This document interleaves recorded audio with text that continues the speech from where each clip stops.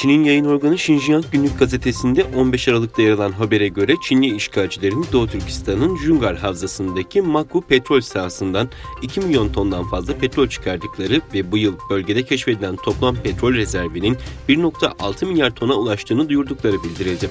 Bilgilere göre Haziran 2018'de Çin Komünist Partisi'nin alt kuruluşu olan China Petrol Group'un keşif ve geliştirme sürecini hızlandırmak için Jungar Havzası'nda özel bir arama ve geliştirme merkezi kurduğu ve şu ana kadar 1,6 milyar ton petrol rezervi keşfedildiğini kayda geçiriyor.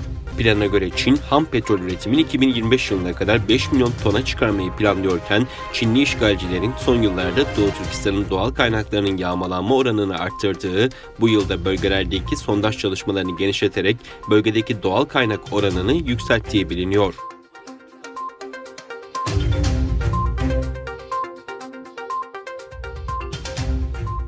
ABD'deki Müslüman ve azınlık gruplar İslam İşbirliği Teşkilatı'na gönderdikleri mektupta Uygur Türkleri için adalet çağrısı yaptı. ABD Müslüman Organizasyonları Konseyi ve Şimdi Uygur'a Özgürlük Platformu tarafından hazırlanan mektup 150 örgütün imzasıyla İslam İşbirliği Teşkilatı'na gönderildi. Uygur Türklerinin Çin'in Sincan Uygur Özerk Bölgesi'nde uğradığı baskılara işaret edilen mektupta adaletin sağlanması için İslam İşbirliği Teşkilatı'nın atması gereken adımlar arasında Çin'in insanlığa karşı işlediği suçlar nedeniyle kınamak, Çin hükümetinin propaganda yaymasının önüne geçilmesi, Uygurlar için sığınma ve korunma sağlanması, Birleşmiş Milletler ve diğer uluslararası örgütlerin Çin'e Uygur Türkleri konusunda yaptığı baskıların desteklenmemesi gibi maddeler yer aldı.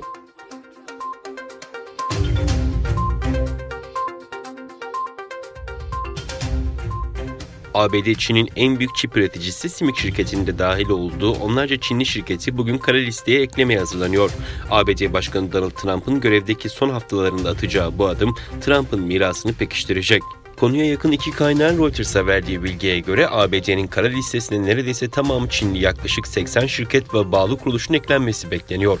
Bu listeye giren şirketlerin ABD ile iş yapmaları neredeyse tamamen engellenmiş olacak. Kaynaklara göre ABD Ticaret Bakanlığı bazı şirketleri Çin ordusuyla bağlantıları olduğu gerekçesiyle kara listeye ekleyecek. Washington bu şirketlerin Çin ordusu tarafından Güney Çin Denizi'nde yapay adalar inşa edilmesi veya insan hakları ihlallerinde bulunduğunu düşünüyor. Bu şirketler arasında Huawei Teknoloji ve ona bağlı 150 kuruluş, ABD yaptırımlarını ihlali gerekçesiyle ZTE ve Çin'in Uygurlar üzerine baskı kurmasına yardımcı olduğu gerekçesiyle güvenlik kamerası üreticisi Hikvision yer alıyor.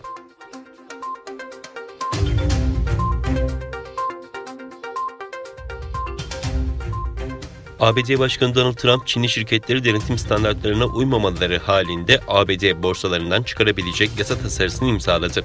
Beyaz Saray'dan yapılan açıklamada Trump'ın yabancı şirketler sorumluluk yasasını imzaladığı belirtildi. Söz konusu yasa, yabancı şirketlerin ABD Kamu Muhasebesi Gözetim Kurumu'nun denetimlerine ard arda 3 yıl uymamaları halinde Amerikan borsalarına listelenmelerini engelliyor. Çinli şirketlere hedef aldığı belirtilen yasanın Alibaba gibi firmaları etkileyebileceği kaydediliyor.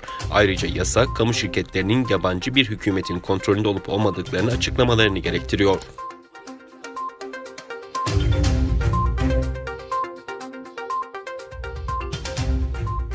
Dışişleri Bakanı Mevlüt Çavuşoğlu, Milli Savunma Bakanı Hulusi Akar, Ukrayna Dışişleri Bakanı Dmytro Kuleba ve Ukrayna Savunma Bakanı Andriy Taran'ın katılımıyla Kiev'de 2+2 formatında düzenlenen toplantıların ardından ortak bildiri yayımladı.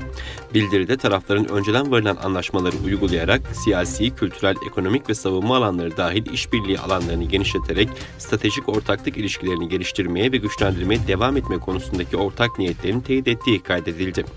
Tarafların uluslararası hukuk, devletlerin toprak bütünlüğü ve uluslararası kabul görmüş sınırlar içindeki egemenliğine saygı temelinde güçlendirilmesi gereken Karadeniz bölgesinin istikrarı ve güvenliği için tehditlerin varlığına ve bunların sonuçlarına dikkat çektiği bildiride şu ifadelere yer verildi. Kırım Özerk Cumhuriyeti ve Sivastopol şehri dahil uluslararası alanda tanınan sınırlar içinde Ukrayna'nın egemenliğine ve toprak bütünlüğüne Türkiye'nin desteğinin altı çizildi.